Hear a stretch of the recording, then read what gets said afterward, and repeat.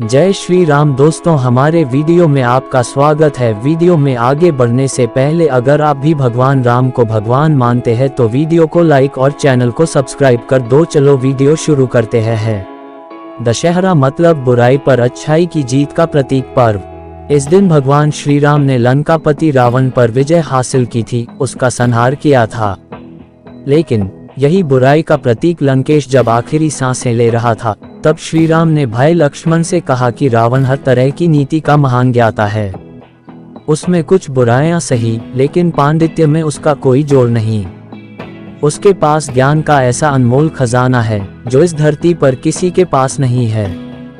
भगवान राम ने लक्ष्मण से कहा कि रावण के पास जाकर कुछ शिक्षा अर्जित करें।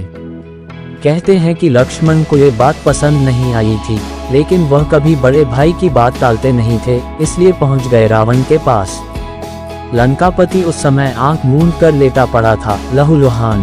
लक्ष्मण उसके सिर के पास जाकर खड़े हो गए और प्रणाम बोलकर श्री राम की कही बात दोहराई कि जीवन की कुछ अनमोल शिक्षा दे दीजिए। इस पर रावण ने कोई जवाब नहीं दिया। लक्ष्मण को लगा कि रावण जानबूझकर उनकी बात अनसुनी कर रहा है।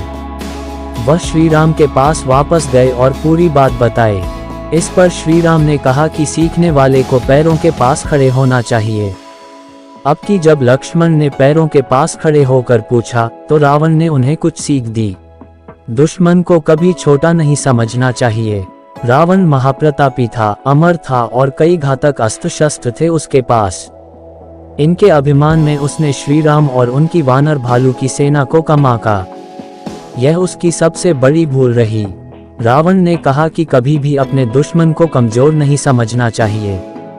कई बार हम जिसे कमजोर समझते हैं वह हमसे ज्यादा ताकतवर साबित हो सकता है।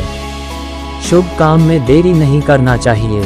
शुभस्य शीघ्रम, यही थी रावण की अगली सीख। लंकापति ने कहा कि अच्छे काम में कभी भी देरी नहीं करनी चाहिए और बुरे काम को जितना हो सके उतना टालना चाहिए।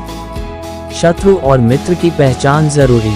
रावण ने लक्ष्मण से कहा, कई बार हम जिसे अपना मित्र समझ रहे होते हैं वह हमारा शत्रु होता है। जिसे हम पराया मानकर दूर कर देते हैं वह सबसे बड़ा हितैषी साबित हो जाता है। इसलिए अपने दोस्त और दुश्मन की पहचान बहुत जरूरी है। घमंड किया तो पछताना पड़ेगा।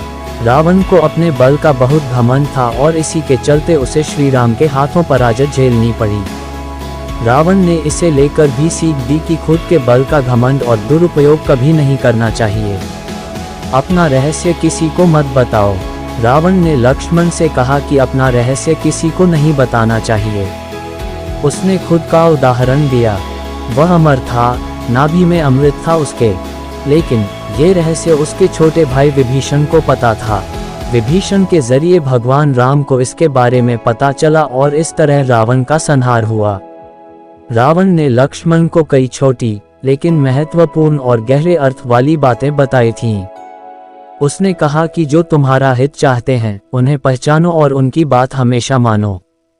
पराई नारी पर बुरी नजर नहीं डालनी चाहिए। मेरा सुझाव आज की वीडियो में इतना ही। यह वीडियो आपको कैसी लगी दोस्तों कमेंट में बताएं और कमेंट में जय श्री राम जय श्री कृष्णा लिखना ना भूले। धन्यवाद।